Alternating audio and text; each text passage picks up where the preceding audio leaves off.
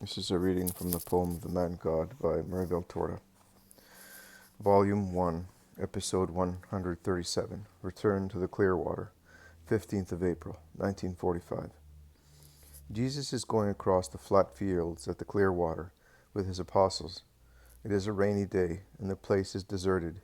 It must be about midday, because the weak sun that appears now and again from behind the gray curtain of clouds shines down directly. Jesus is speaking to the Iscariot, whom he entrusts with the task of going to the village to buy what is most urgently required.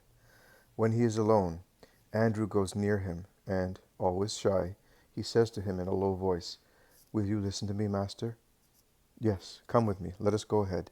And he quickens his step, followed by the apostle until they are a few yards away. "The woman is no longer there, Master," says Andrew sadly, and he explains, "They have beaten her, and she ran away. She was wounded and bleeding. The steward saw her. I went ahead saying that I wanted to see whether there were any snares, but in actual fact, I wanted to go and see her at once. I was hoping to so much to bring her to the light. I have prayed so much these past days for that. Now she has run away. She will get lost. If I knew where she is, I would reach her. I would not say that to the others, but I am telling you because you understand me.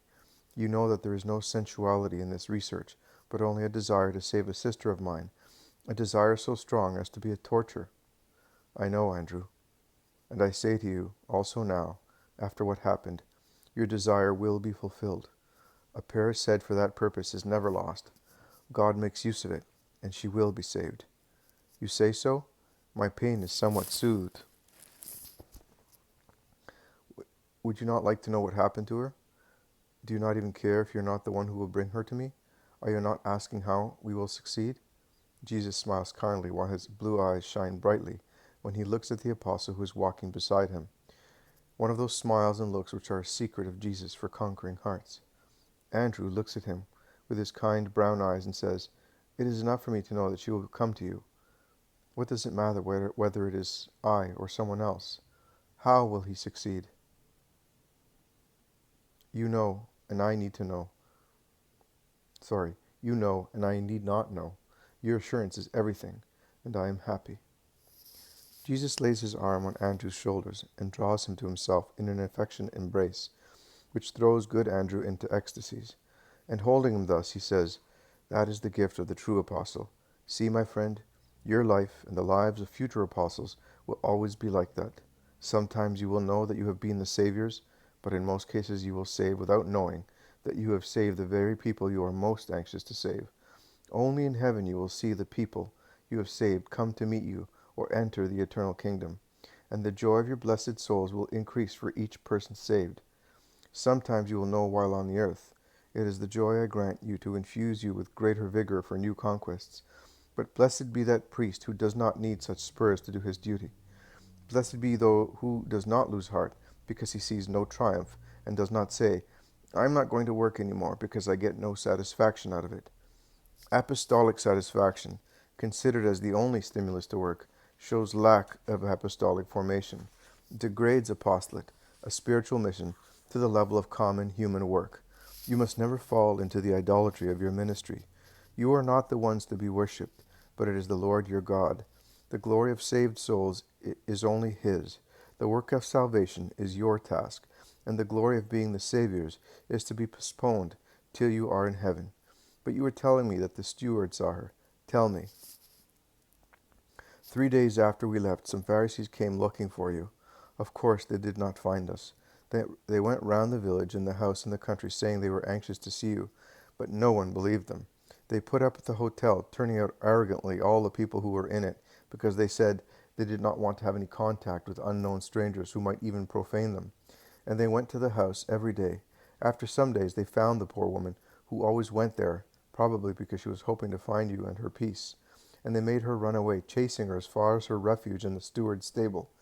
They did not assail her at once, because he came out with his sons, all armed with cudgels.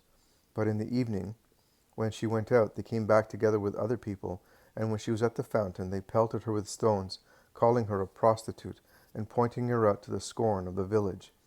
And as she was running away, they reached her and maltreated her.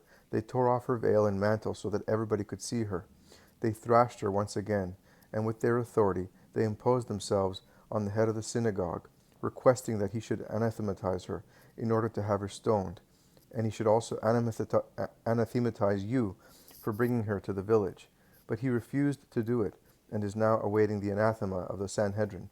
The steward tore her from the hands of those rascals and assisted her, but during the night she went away, leaving a bracelet with words written on a bit of parchment. She wrote, "Thanks, pray for me." The steward says that she is young and beautiful, although she is very pale and thin. He looked for her in the country because she was badly wounded, but he did not find her, and he does not know how she has been able to go far. Perhaps she is dead somewhere, and she did not save herself. No, no, she is not dead, or she is not lost. Her will to redeem herself is already in absolution. Even if she were dead, she would be forgiven, because she sought the truth, stamping error down. But she is not dead. She is climbing the first slopes of the mountain of redemption. I see her. She is bent under the tears of repentance, but her tears make her stronger and stronger, whilst her burden becomes lighter and lighter. I see her. She is proceeding towards the sun. When she has climbed all the mountain, she will be in the glory of the sun god. She is climbing. Help her with your prayers. Oh, my Lord! Andrew is almost amazed at the thought of being able to help a soul in its sanctification. Jesus smiles even more gently. He says, we must open our arms and our hearts to the persecuted head of the synagogue, and we must also go and bless the good stewards, the good steward. Let us go to your companions and tell them. But while walking back to reach the 10 disciples, who stopped at a distance when they realized that Andrew was having a private conversation with the Master, the Iscariot arrives in great haste. He looks like a huge butterfly running on the meadow as he moves so fast while his mantle flutters behind him, and he makes wide gestures with his arms. What's the matter with him? Asks Peter. Has he gone mad? Before anybody can reply to him, the Iscariot, who's now nearby, is able to shout in a choked voice, "Stop, Master! Listen to me before going to the house. There is a trap. Oh, the cowards!" And he continues to run. He has now arrived. "Oh, Master, it is no longer possible to go there. The Pharisees are in the village, and they go to the house every day. They are awaiting you to hurt you. They are sending away those who come looking for you. They are frightening them with horrible anathemas. What do you want to do? You would be persecuted here, and your work would be frustrated. One of them saw me and attacked me, an ugly, big-nosed old man who knows me because he is one of the scribes of the temple. Because also some scribes are there. He assailed me, laying hold of me with his claws and insulting me in a hawk-like voice. As long as he insulted and scratched me. Look," and he shows a wrist and a cheek adorned with clear nail marks. "I did not mind, but when he spat on you, I caught him by the neck." "But Judas," shouts Jesus. "No, Master, I did not strangle him. I only prevented him from cursing you, and then I let him go. He is now dying with fear for the risk he ran. But please, let us go away. In any case, no one could come to you any more." "Master, but it's terrible. Judas is right. They're like hyenas laying in ambush. Fire of heaven that fell on Sodom, why don't you come back again? Do you know, boy, that you have been brave? What a pity I was not there too. I could have given you a hand. Oh, Peter, if you had been there, that little hawk would have lost feathers and voice forever." "But how did you manage not to finish the job?" "Who knows? A flash in my mind, a thought from I wonder which part of my heart. The Master condemns violence, and I stopped. And it struck me harder than the impact on the wall against which the scribe threw me when he attacked me. It felt as if my nerves had been shattered, so much so that afterwards I would not have had enough strength to be pitiless against him. What an effort it is to control oneself." "You have been really brave, hasn't he, Master? Are you not telling us your point of view?" Peter is so pleased with Judas's behavior that he does not notice that Jesus' face, which before was bright, has become severe and dark-looking, while he tightens his lips so that his mouth looks smaller. He opens his lips to say, "I tell you that I feel more disgusted with your way of thinking than with the behavior of the Judeans. They are miserable people in darkness. You, who are with the light, are hard, vindictive, grumblers, violent, and you approve of a brutal action as they do. I tell you that you are giving me evidence that you are exactly the same as you were when you saw me for the first time, and it grieves me with regard to the Pharisees. You must know that Jesus Christ does not run away. You may withdraw. I will face them. I am not a coward. When I have spoken to them and have failed in convincing them, I will withdraw. No one must say that I have not endeavored by all means to attract them to me. They are children of Abraham too. I do my duty till the end. Their condemnation is to be caused only by their ill will, and not by any negligence of mine towards them. And Jesus goes towards the house, the low roof of which is visible beyond a row of bare trees. The apostles follow him with drooping heads, speaking under their breath. They are at the house, and they enter the kitchen in silence, and they busy themselves around the fireplace. Jesus is engrossed in his thoughts. They are about to eat their food when a group of people appear at the door. Here they are, whispers the Iscariot. Jesus gets up at once and goes towards them. He is so stately that the little group move back for a moment. But Jesus, greeting, reassures them. May peace be with you. What do you want? The cowards then think that they can dare everything, and presumptuously they enjoin, In the name of the holy law, we order you to leave this place, for you are a disturber of consciences, a transgressor of the law, a corrupter of the peaceful towns in Judea. Are you not afraid of the punishment of heaven, you ape of the just one, who baptizes at the Jordan, you protector of prostitutes? Away from the holy land of Judea, that your breath may not arrive inside the walls of the holy city. I am not doing anything wrong. I teach as a rabbi. I cure as a thaumaturge. I cast out demons as an exorciser.